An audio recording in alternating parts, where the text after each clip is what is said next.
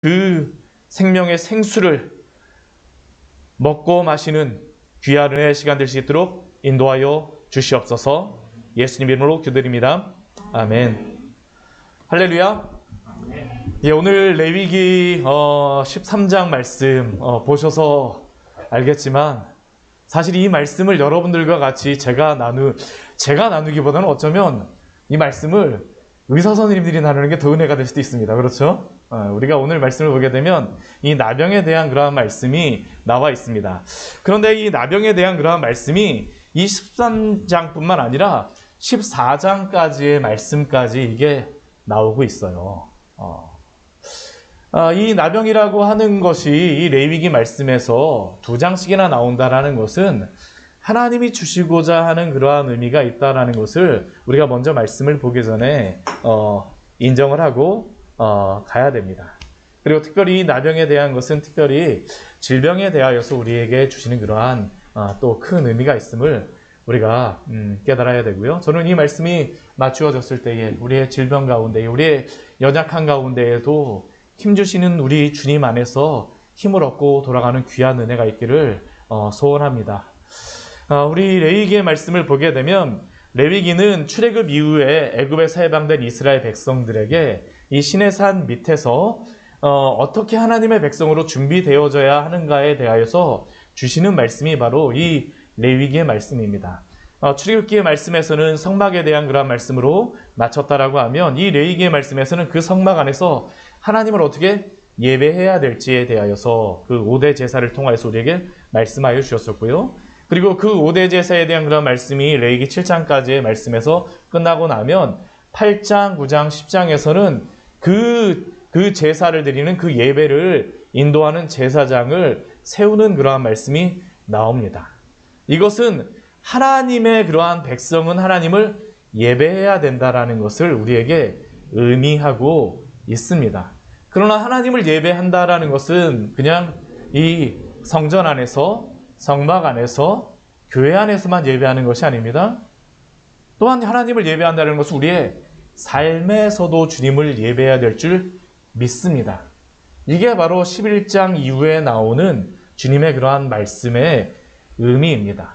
내가 거룩하니 너희도 거룩하라 라는 그러한 말씀을 우리 음식법서부터 이것을 주세요. 왜 이것을 우리 11장 말씀에 보게 되면 음식에 대한 규례가 나오고 12장 말씀에 보면 바로 그 산후 결례에 대하여서 그 아이를 낳고 난 이후에 어떻게 정결하게 되는지에 대해서 말씀하시고 그 다음 오늘 이제 그 나병에 대하여서 말씀하시는데 이게 하나하나를 생각해 보게 되면 굉장한 의미가 있습니다. 우리가 살아가려면 어떻게 될까요? 먹지 않고 살아갈 수 있는 사람이 있습니까? 아무도 없어요. 음식에 대한 그러한 정결 규례를 예배에 대한 그러한 이유에 바로 주시는 이유는 우리가 먹든지 마시든지 내가 거룩하니 너희도 거룩하라라고 말씀하신 그 주님께서 먹고 마시는 것까지 우리가 정결하게 주님 앞에서 살아가기를 원하신다라는 것을 우리는 깨달아야 합니다. 또한 인류가 이 땅 가운데에 계속 이어지며 또한 계속 세대와 세대가 이어지기 위하여서는 아이를 출산하지 않고는 세대가 이루어질 수가 없습니다. 우리가 먹는 것 다음에 바로 그래서 주시는 것이 바로 이 산후 결례에 대한 것이죠. 산후 결례하는 그러한 아이를 낳는 그러한 인류의 그러한 생존이 걸린 그러한 부분에서도 하나님을 거룩하고 정결하게 준비하는 백성으로서 살아가라는 말씀이 바로 산후 결례를 통해서 우리에게 주시는 그러한 말씀입니다. 그렇다면 이 나병에 대한 그러한 말씀은 무엇일까요? 우리가 이렇게 먹고 마시고 또 인류가 생존하는 것이 있지만 살아가는 것도 있지만 우리가 살아가다 보면 또 어떠한 것들도 있습니까? 질병이라고 하는 것도 우리의 인생의 한 부분임을 우리는 부인할 수가 없어요. 이게 바로 이 나병에 대한 그러한 말씀에서 주시는 그러한 말씀의 의미입니다.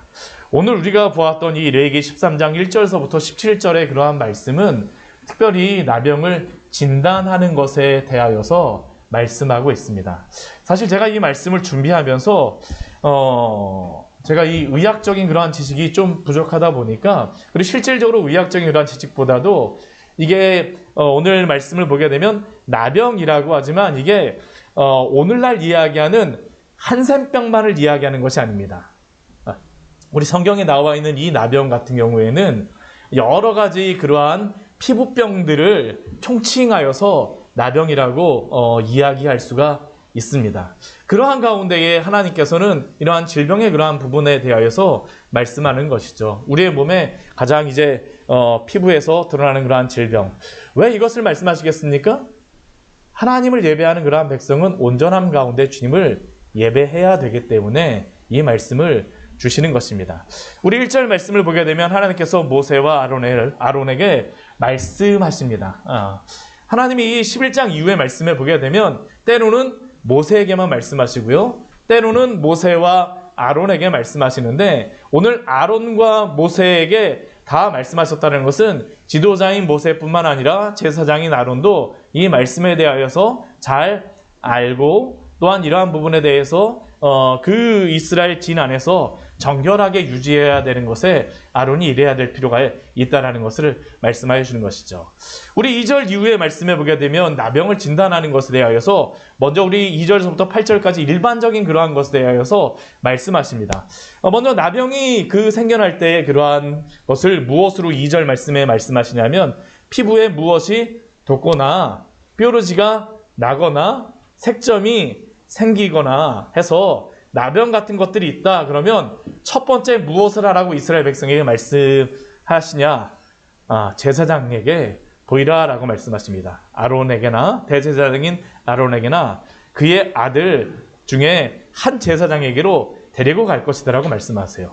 그런데 우리 이제 13장과 14장의 말씀을 보면 이 피부에 생긴 이 사람에게 생긴 나병뿐만 아니라 이 뒤에 말씀에 보면 13장 뒤에 말씀을 보게 되면 우리의 의복에 생기는 그러한 나병도 말씀하세요. 이것은 나병이 아니죠. 곰팡이 같은 것입니다. 그것도 말씀하시고 우리 14장 말씀해 보게 되면 집 안에도 생기는 그러한 곰팡이에 대해서도 말씀하십니다. 집 안에 생기는 나병. 결국 그러니까 이 나병이라고 하는 이것은 굉장히 범위가 넓다라는 것을 우리가 알 수 있죠. 그런데 이 나병 같은 것, 피부에 무엇이 돋거나 뾰루지가 나게 되면 먼저 아론과 그의 아들에게 데려가라라고 이야기합니다. 물론 이 제사장이 의사는 아니죠. 의사는 아닙니다. 그러나 나병의 경우에 이 제사장에게 데리고 가서 진단을 받으라라고 하는 그러한 의미는 무엇입니까? 이 나병이라고 하는 것이 영적인 의미가 있다라는 것을 우리에게 말씀하여 주심을 우리는 기억해 알아야 됩니다. 그리고 이러한 가운데에 제사장이 그 나병 같은 것이 생긴 그러한 사람이 오게 되면 이렇게 진단을 하는 겁니다. 무엇을 진단하라고 말씀하시냐 하면 환부에 털이 휘어졌는지 우리 3절 말씀 보면 또 환부가 피부보다 우묵해져갖고 이렇게 쑥 들어가게 된 그러한 피부에 어떤 상처 같은 것들이 났는지 만약 그렇다면 그것을 제사장은 무엇으로 판단하냐면 나병의 환부다라고 판단합니다. 진찰을 합니다. 그리고 제사장은 그를 부정하다라고 말을 하는 겁니다. 이런 경우에는 나병이 생겨서 부정하다라고 말한 겁니다. 그런데 이것이 이러한 비슷한 것이 생겼지만 우리 4절 말씀을 보게 되면 색점이 있지만 그것이 희거나 우묵하지 않는 경우에 그 털이 희지 않은 경우에는 무엇을 하라고 말씀하시냐면 이래 동안 가두어 두라라고 말씀하세요. 그냥 무조건 나병이 걸렸다라고 진단하는 게 아닙니다. 이 나병이 걸리게 되면 이스라엘에서는 어떻게 할까요? 격리를 합니다. 격리를 해요. 지금 여기에 보게 되면 우리 4절에서 가두어 둔다라는 것, 우리 5절에서도 가두어 둔다라고 이야기를 하는데 이것은 나병인지 아닌지를 판별하는 그러한 시간을 가지라라는 그러한 것입니다. 그러니까 이 나병이라고 하는 것이 특징이 무엇이냐 하면 바로 이게 나병으로서 드러나지 않는다라는 것을 의미하고 있습니다. 그러니까 이게 진짜 나병인지 아닌지를 판별할 시간을 가지라라는 것이죠. 일주일 동안 한번 보는 겁니다. 만약 그래도 그 일주일 동안 별로 변하지 않았습니다. 근데 그 환부가 변하지 않고 여전히 그게 있으면 또 어떻게 하냐? 우리 5절 말씀 보면 다시 한번 이래 동안 가두어집니다. 이게 격리를 시키는 겁니다. 어찌 보면 이게 무엇과 요즘에 비슷합니까? 오늘 코로나하고 참 비슷해요. 그렇죠. 코로나하고 비슷한 것을 벌써 이게 3,500년 전에 3,400년 전에 오늘날에 하는 그러한 그 의학적인 그러한 소견과 비슷한 것을 하나님께서 이렇게 행하라고 말씀하시는 것입니다. 그리고 이래 만에 제사장은 다시 한번 그 사람을 우리 6절 말씀에 오게 되면 진찰합니다. 그래서 환부가 옅어졌거나 병색이 피부에 퍼지지 않았으면 그것을 무엇이라고 이야기하냐면 일반적인 그냥 피부병이라고 이야기합니다. 일반적인 피부병. 그러니까 나병과 일반적인 피부병과의 차이를 무엇으로 보는 거냐면 퍼지느냐, 이게 다른 사람에게 전염되느냐라는 것을 지금 여기에 내포하고 있는 겁니다. 그러니까 이 나병이라고 할 때 지금 여기 중요한 것이 다른 사람들에게 전염되거나 퍼지지 않게 하는 것이 바로 이 나병에 대하여서 하나님께서 진단하게 하시는 그러한 이유이죠. 그리고 만약 그게 퍼지지 않았다 그러면 그 제사장은 어떻게 하냐면 옷을 빨게 합니다. 옷을 빨고 나서 그리고 그러한 이후서부터는 정하다라고 제사장이 이야기하게 되면 그냥 자신의 삶을 이전과 동일하게 살아가게 되어지는 겁니다. 만약 부정한 환자로 이게 판단이 되면 어떻게 할까요? 그 부정한 환자로 그 판단이 되게 되면 그냥 이 진 안에서 가두어 두는 게 아닙니다.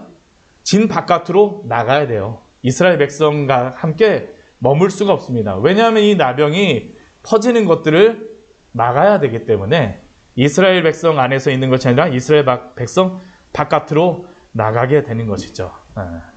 그리고 또 우리 7절 말씀에 보게 되면 정결한 자로 판단되어졌다 할지라도 다시 그 병이 피부에 퍼지게 되면 어떻게 하냐? 제사장은 그를 부정하다라고 판단하고 나병으로 이제 진단하는 게 바로 우리 2절에서부터 8절까지 나오는 첫 번째 일반적인 진단의 방법이 이것입니다. 그리고 우리 9절에서부터 17절까지의 말씀은 어떠한 말씀이냐 하면 이미 나병으로 다 진단이 된 사람입니다. 나병으로 다 진단이 된 사람이에요. 사람들이 보게 되면 이거 어느 정도 이게 나병이구나. 요즘에 우리 코로나도 보면 어떻습니까? 구태여 이거 진단 키트 가지고 하지 않아도 드러나는 그러한 것들이 있잖아요. 목소리가 변하고, 열이 조금 오르고, 으실으실하고 그러면, 이거는 정말, 코로나구나라는 그러한 것들이 있는 것처럼, 이 사람 같은 경우에는 나병이 든 사람입니다. 누가 보아도 나병이 들었다라고 판단되는 사람이에요. 근데 그 사람을 이제 다시 한번 확인하기 위해서 이제 제사장에게 데려가는 그러한 것을 하는 겁니다. 데려갔을 때에 그 제사장은 무엇을 하냐면 거기에 생살이 생겼나 안 생겼나를 가지고 판단을 하게 됩니다. 이 생살이라고 하는 것은 이게 실제로 원어적으로 보게 되면 살아있는 살입니다. 실제로 다 살아있는 살이에요. 그래서 이걸 어떻게 생각하냐 하면 피부에서 붉게 무엇이 생기거나 염증이 생기거나 무슨 피부에 그러한 멍울 같은 것들, 딱지 같은 것들이 생기는 것을 이 생살이라고 의미합니다. 그러니까 이 피부에 나병이 생겼는데 이게 계속 지금도 그런 것들이 유지되고 있다. 그러면 그 사람은 무엇이라고 이야기하냐면 피부에 오랜 나병이 들었다라고 이야기하면서 제사장은 그를 부정하다라고 이야기합니다. 제사장이 이제 공식적으로 부정하다라고 이야기하는 것이죠. 그런데 우리 12절에서부터 우리 그 뒤에 말씀해 보게 되면 이 나병이 피부에 크게 번져갖고 머리 끝부터 발끝까지 완전하게 다 나병이 들어가고 하얗게 되어졌다. 그럼 그 사람은 무엇으로서 이야기하냐면 완전히 다 그냥 그 나병이 다 전신에 퍼졌기 때문에 정하다라고 이야기합니다. 대신에 이 사람은 무엇이 없냐면 생살이 없는 겁니다. 생살이 없는 것이죠. 그리고 그래서 그 사람을 정하다라고 이야기하지만 만약 그 사람이 다시 그 몸에서 생살이 생기면서 부정하게 되면 다시 그 사람을 나병이 들었다라고 이야기를 하고 그 사람을 제사장에게 데려가서 이 사람을 진찰하여서 완전히 다시 그 생살이 사라졌으면 다시 정하더라고 한다라고 하는 게 바로 오늘의 말씀입니다. 자, 우리가 오늘 말씀을 보게 되면 참 어떻습니까?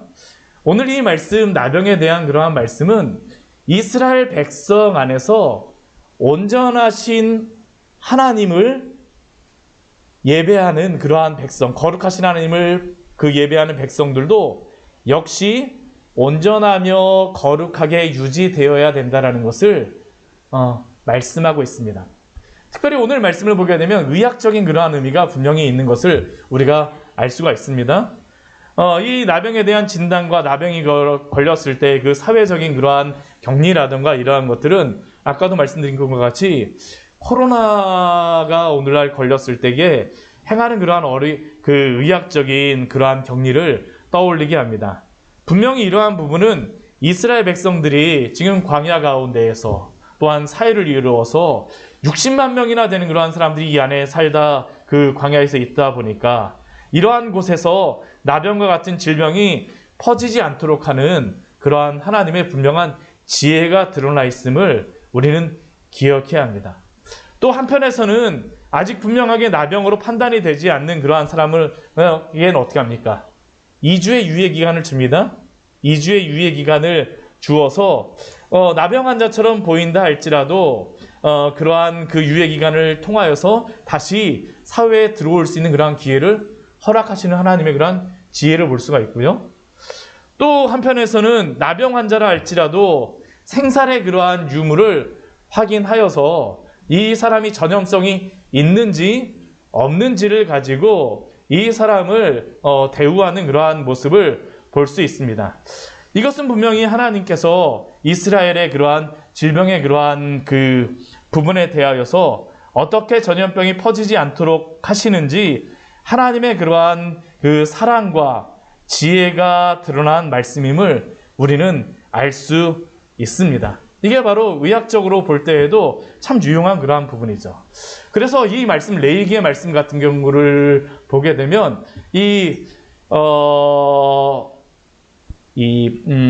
보건의학적으로 할 때 이 레위기의 말씀이 오늘날에도 굉장히 의미가 있다라고 말씀하시더라고요. 그러니까 이게 분명히 지혜가 있는 그러한 하나님의 말씀입니다. 그러나 우리가 이 레위기의 말씀을 보면서 제가 이 잠깐 앞부분에 설명을 드렸지만 이 나병이라고 하는 것은 이러한 질병적인 측면뿐만 아니라 영적인 부분에 대하여서 오늘 하나님께서 우리에게 주시는 말씀임을 우리는 기억해야 합니다. 특별히 나병이라고 하는 것은 죄에 대한 상징으로서 성경에서 많이 나오게 되어집니다. 사실 이 나병이라고 하는 것이 죄와 연관성이 있음을 우리는 기억해야 합니다. 왜 나병이 걸린 그러한 사람들을 이렇게 격리를 하고 또한 진 바깥으로 나가게 할까요? 온전하신 하나님, 거룩하신 하나님을 예배하는 그러한 자들에게 하나님께서는 그러한 거룩함을 요구하시기 때문입니다. 요구하시기 때문이에요. 이 나병과 이 죄의 연관성, 유사한 점이 어떠한 부분들이 있을까요? 우리 한번 생각해 보기를 원합니다. 이 죄라고 하는 것은 무엇입니까? 우리 안에 잠복해 있죠.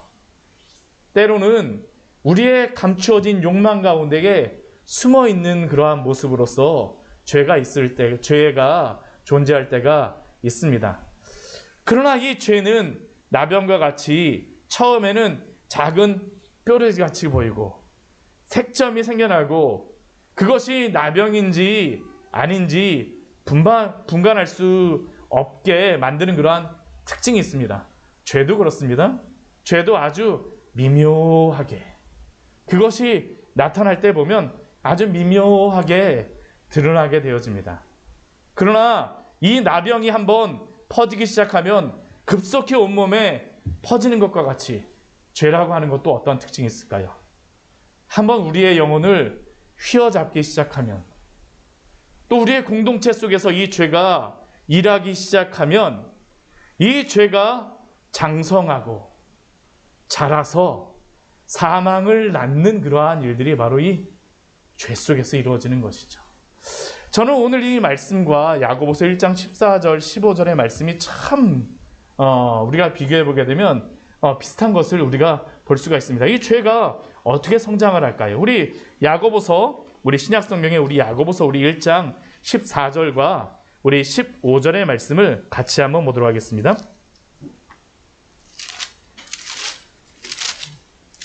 야고보서 1장의 말씀입니다. 제가 가진 성경으로는 신약성경 372페이지입니다.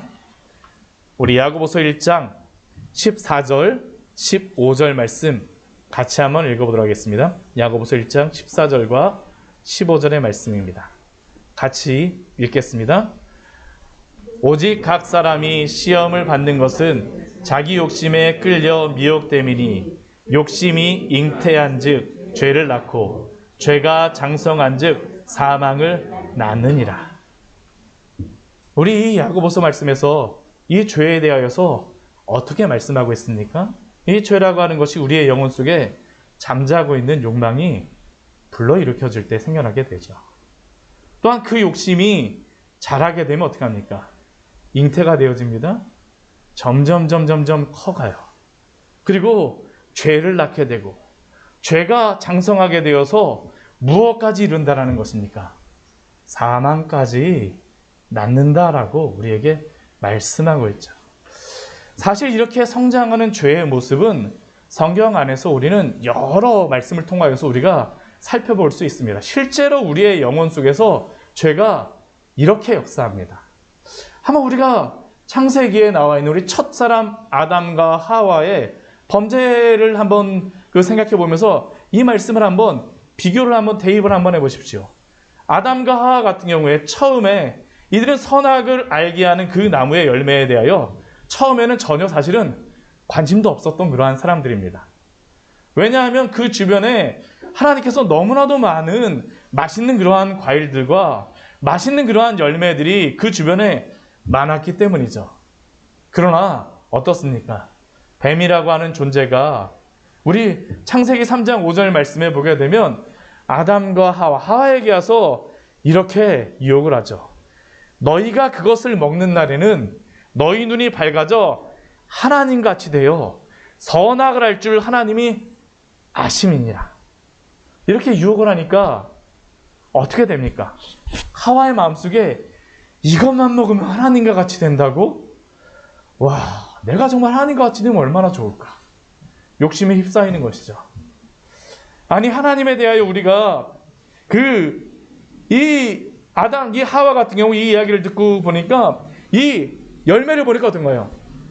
야, 하나님이 다른 열매는 다 먹으라고 하면서 이걸 먹지 말라고 하는 이유가 잘 생각해 보니까 우리가 하나님과 같이 되지 못하도록 이 열매를 따먹지 못하게 하였구나라는 그러한 원망과 또한 불신의 마음까지 그의 마음속에 생겨나는 겁니다.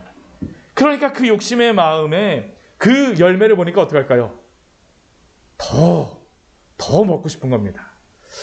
우리 창세기 3장 6절 말씀을 보게 되면 우리 말씀 한번 같이 한번 보도록 하죠. 우리 창세기 우리 가장 앞에 있는 우리 말씀입니다.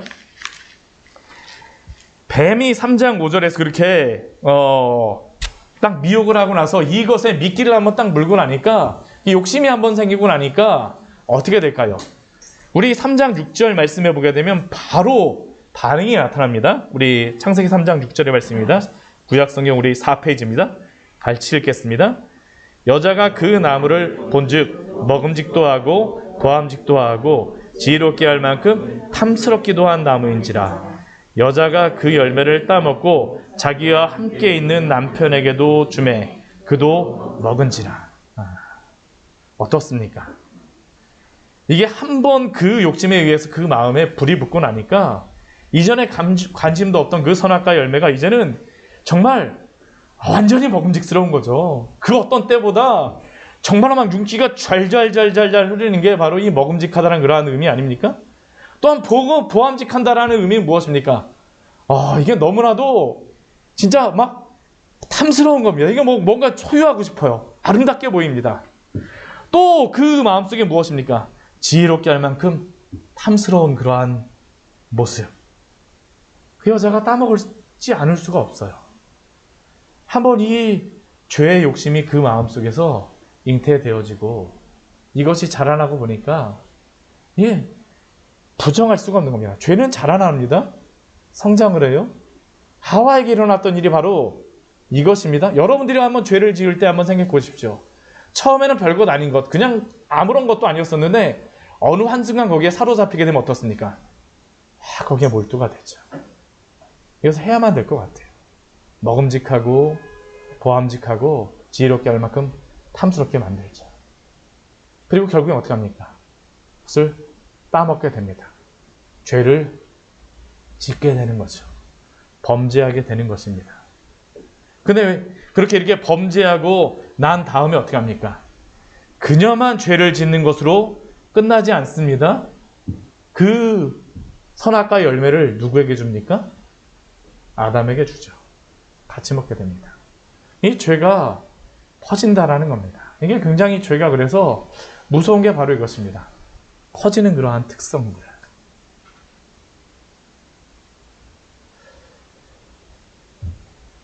그리고 결국 하나님의 말씀대로 정령 죽으리라는 하나님의 말씀과 같이 이 일을 통하여서 인류에 사망이 들어오게 되어졌죠. 이것이 바로 죄의 능력입니다.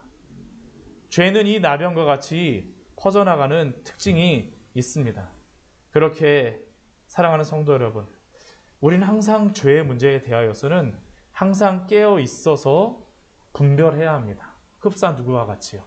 오늘 이 나병을 진단하는 제사장과 같이 항상 깨어서 이러한 죄를 잘 분별하며 죄가 틈타지 못하도록 주의를 기울이며 죄를 멀리하며 싸우시기를 축원합니다. 우리 에베소서 우리 4장 23절과 27절 말씀은 그래서 우리에게 이렇게 말씀합니다. 오직 너희의 심령이 새롭게 되어 하나님을 따라 의와 진리의 거룩함으로 지으심을 받은 새 사람을 입으라. 그런즉 거짓을 버리고 각각 그 이웃과 더불어 참된 것을 말하라. 이는 우리가 서로 지체가 됨이라. 죄를 나누는 것이 아닙니다. 거룩하게 된 그러한 주님의 백성들은 참된 것을 말하며 참된 것을 나누어야 됩니다. 죄가 나누어지면 안 됩니다. 만약 우리 안에 이 에베소서 우리 4장 26절 28절 말씀은 이렇게 말합니다. 또한 분을 내어도 죄를 짓지 말며 해가 지도록 분을 품지 말고 마귀에게 틈을 주지 말라. 분을 내어도 어떻습니까? 죄를 짓지 말며 해가 지도록 분을 품지 말고 죄가 성장하지 못하게 하라는 겁니다. 마귀에게 틈을 주지 말라라고 말씀하세요. 이것이 바로 하나님의 성도들이 이 죄에 대하여서 가져야 될 그러한 태도입니다. 오늘 말씀에 제사장들이 죄를 진단하듯이 죄가 틈타지 못하도록 날마다 자신을 잘 점검하시는 지혜로운 성도들이 되시길, 지혜로운 성도님들이 되시기를 축원합니다. 오늘 우리에게 필요한 그러한 지혜입니다. 또한 세 번째로 우리는 이 나병의 말씀을 보면서 하나님이 주는 또한 소망을 발견해야 됩니다. 물론 이 나병이라고 하는 것이 죄에 대한 그러한 부분들을 보여주지만 또한 이 나병이라고 하는 것은 그냥 나병이라고 하는 이 죄, 그 나병에 대한 것뿐만 아니라 이 질병이 무엇인가라는 것에 대하여서도 우리는 생각해 볼 수 있는 말씀이 바로 오늘의 말씀입니다. 이 질병은 언제 생겨났을까요? 하나님이 창조하셨을 때 질병이 있었을까요? 아닙니다. 그때는 질병이 없었습니다. 이 질병의 때는 아담과 하와가 범죄한 이후에 그 사망이 들어오면서 생겨나게 되어지는 것이죠. 로마서 5장 12절의 말씀은 우리에게 이렇게 말씀합니다. 그러므로 한 사람으로 말미암아 죄가 세상에 들어오고 죄로 말미암아 사망이 들어왔나니 이와 같이 모든 사람이 죄를 지었으므로 사망이 모든 사람에게 이르렀느니라. 아담과 하와가 하나님의 말씀을 어김으로 죄가 세상에 들어왔습니다.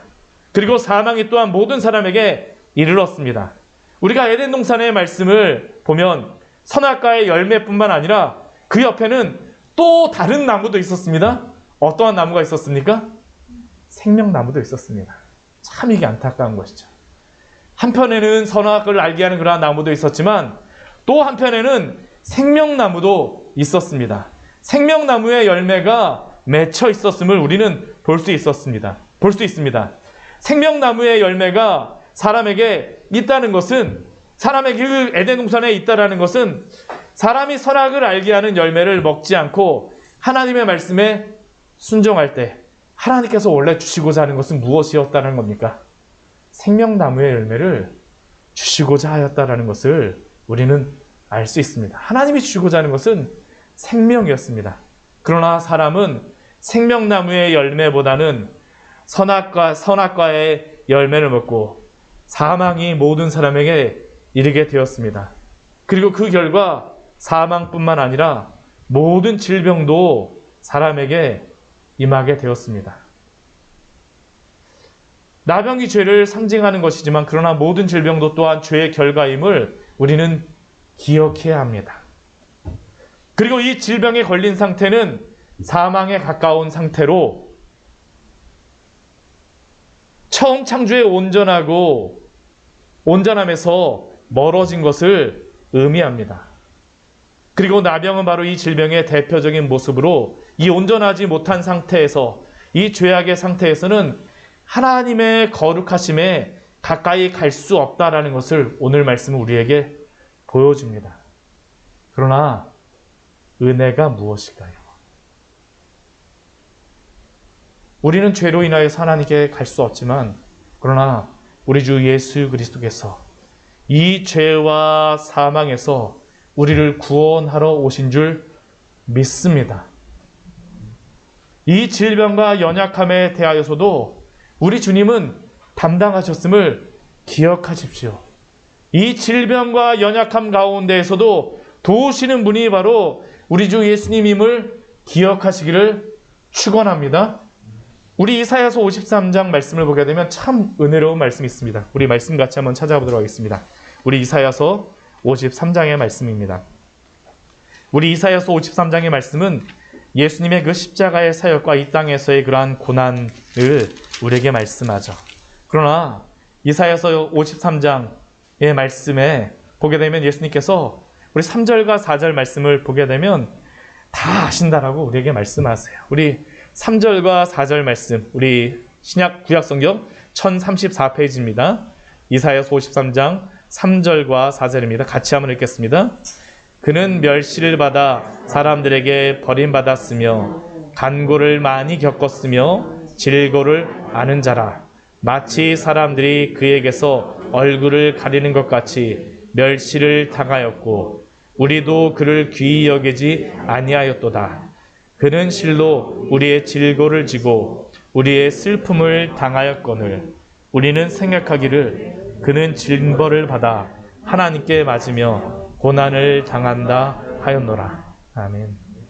근데 우리 53장 우리 3절과 4절 말씀을 보게 되면 예수님께서 이 땅 가운데에서 멸시를 받으시고 버림을 받으셨다라고 말씀합니다.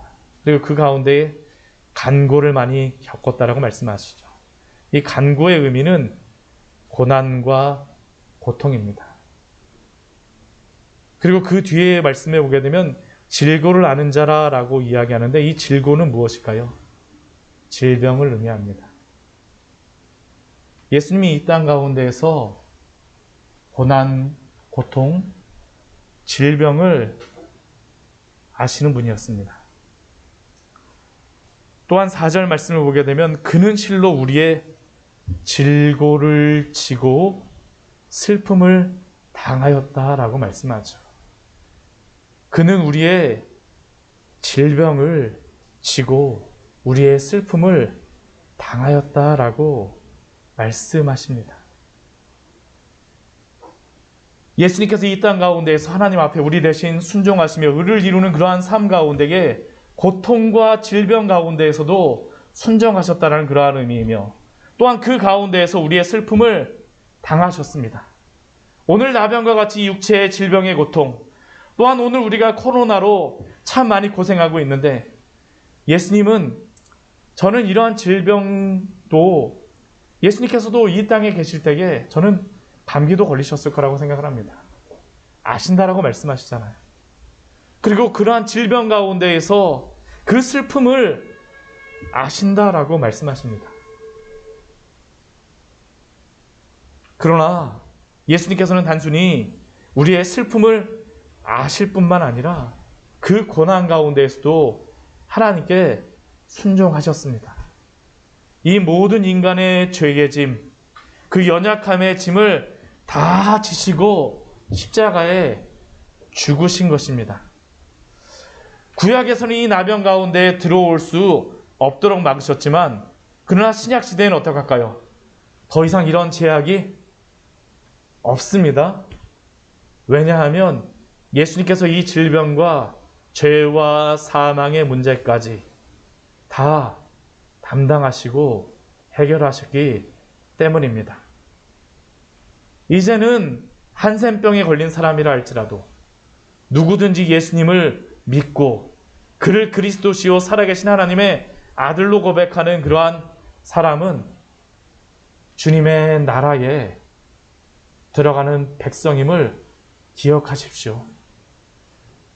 그들은 오늘 주님을 예배합니다. 오히려 주님께서는 이 땅에서 많은 사람들에게 비방을 받으셨었죠. 세리와 죄인의 친구로다. 예수님은 세리와 죄인의 친구요, 많은 병자들의 친구가 되어주셨음을 기억하시기 바랍니다.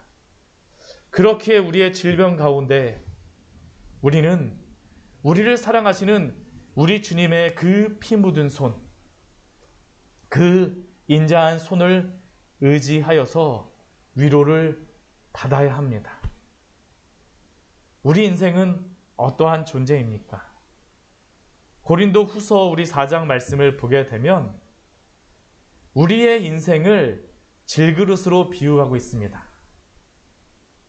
우리 말씀 같이 한번 찾고 오늘은 말씀을 일찍 마치도록 하겠습니다. 우리 고린도 후서 우리 4장 우리 6절과 7절 말씀 우리 같이 한번 보도록 할게요. 우리 신약 성경의 말씀입니다. 참 은혜로운 말씀이죠. 우리의 인생은 질그릇과 같은 그러한 인생이다라고 말씀하십니다. 우리 고린도후서 우리 4장 7절의 말씀입니다. 신약 성경 289페이지입니다. 289페이지 고린도후서 4장 7절입니다. 같이 읽겠습니다. 우리가 이 보배를 질그릇에 가졌으니 이는 심히 큰 능력은 하나님께 있고 우리에게 있지 아니함을 알게 하려 함이라. 우리의 인생은 질그릇과 같습니다. 사망의 질병이 우리를 스치고 가면 언제든지 깨지고 말 존재가 바로 우리 아닙니까? 그런데 그 질그릇과 같은 우리의 인생 가운데에 하나님이 주신 그 은혜가 무엇입니까? 우리 고린도후서 우리 4장 6절 바로 앞에 말씀에 보게 되면 하나님께서 예수 그리스도의 얼굴에 있는 하나님의 영광을 아는 빛을 우리의 마음에 비추셨다라고 약속합니다. 잠깐 왔다가 사라지는 아침 안개요. 금방이라도 질병으로 인하여서 깨어질 수밖에 없는 질그릇과 같은 인생이지만 우리는 주 예수 그리스도를 통하여서 영원한 소망이 있음을 압니다. 그렇기에 이 질병의 그러한 순간은 주님의 영원한 나라를 소망하는 시기임을 기억하십시오. 그리고 이러한 말씀을 가진 그러한 성도들은 우리 고린도후서 우리 4장 우리 뒤에 16절 18절 말씀을 보면 이렇게 우리에게 또 약속을 해주시죠. 우리 고린도후서 우리 4장 16절 17절 18절 말씀 우리 같이 한번 읽어보도록 하겠습니다. 그러므로 우리가 낙심하지 아니하노니 우리의 겉사람은 낡아지나 우리의 속사람은 날로 새로워지도다. 우리가 잠시 받는 환난에 경한 것이 지극히 크고 영원한 영광에 중한 것을 우리에게 이루려 함이니 우리가 주목하는 것은 보이는 것이 아니요 보이지 않는 것이니 보이는 것은 잠깐이요 보이지 않는 것은 영원함이니라. 아멘. 우리의 인생은 질그릇과 같이 때로는 겉사람이 낡아질 수 있습니다. 때로는 조금씩 후패해질 수 있죠. 그러나 우리 주 예수 그리스도를 바라보며 그 영광을 바라보며 살아가는 그러한 우리의 속사람은 날마다 새로워지는 줄 믿습니다. 우리가 이 땅 가운데서 때로는 질병 가운데에 고난을 당하고 때로는 힘들 수도 있지만 그러나 영원한 영광에 대한 그러한 소망이 있기 때문에 이 땅에 보이는 그러한 것이 아니라 보이지 않는 영원한 것을 바라보며 주 안에서 살아가도록 우리에게 소망을 주셨음을 기억하십시오. 이 영혼을 날마다 소망하며 살아가시기를 축원합니다. 말씀을 정리하도록 하겠습니다. 하나님의 택하신 백성으로 죄에 물들지 말고 거룩하게 살아가십시오. 주님 우리에게 거룩한 삶의 열매를 맺을 것을 요구하십니다.